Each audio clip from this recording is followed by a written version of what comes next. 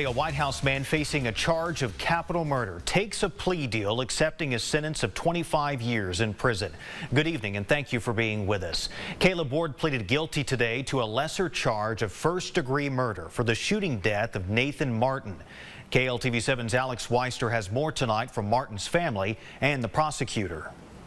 Find him guilty of that offense, I will assess his sentence at 25 years confinement. John Martin was in the courtroom as the sentence was read by Judge Taylor Heaton for the man who murdered his son over a year and a half ago. I never dreamed of it. I knew that Nathan was busy and I was suspicious of some of his friends, but I had no idea that he would be murdered and his car stolen. Nathan Martin was in a car with Caleb Ward and Joshua Bryant on the night of the murder when prosecutors say an argument between Ward and Martin took place, escalating to Martin being shot and left on Highway 69. The car driven away from the scene and found crashed later that night was given to Martin by his father. Well, it's been very tough because Nathan was my oldest adopted son.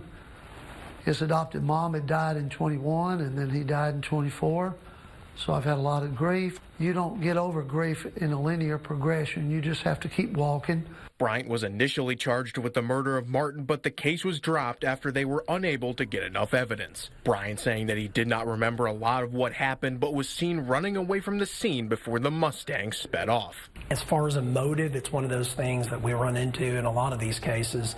There just isn't a good explanation. It's a tragic thing, really, for everybody involved. Assistant DA Richard Vance saying that there still doesn't seem to be a motive to the shooting. There was some drug use involved, and in light of that, emotions were high.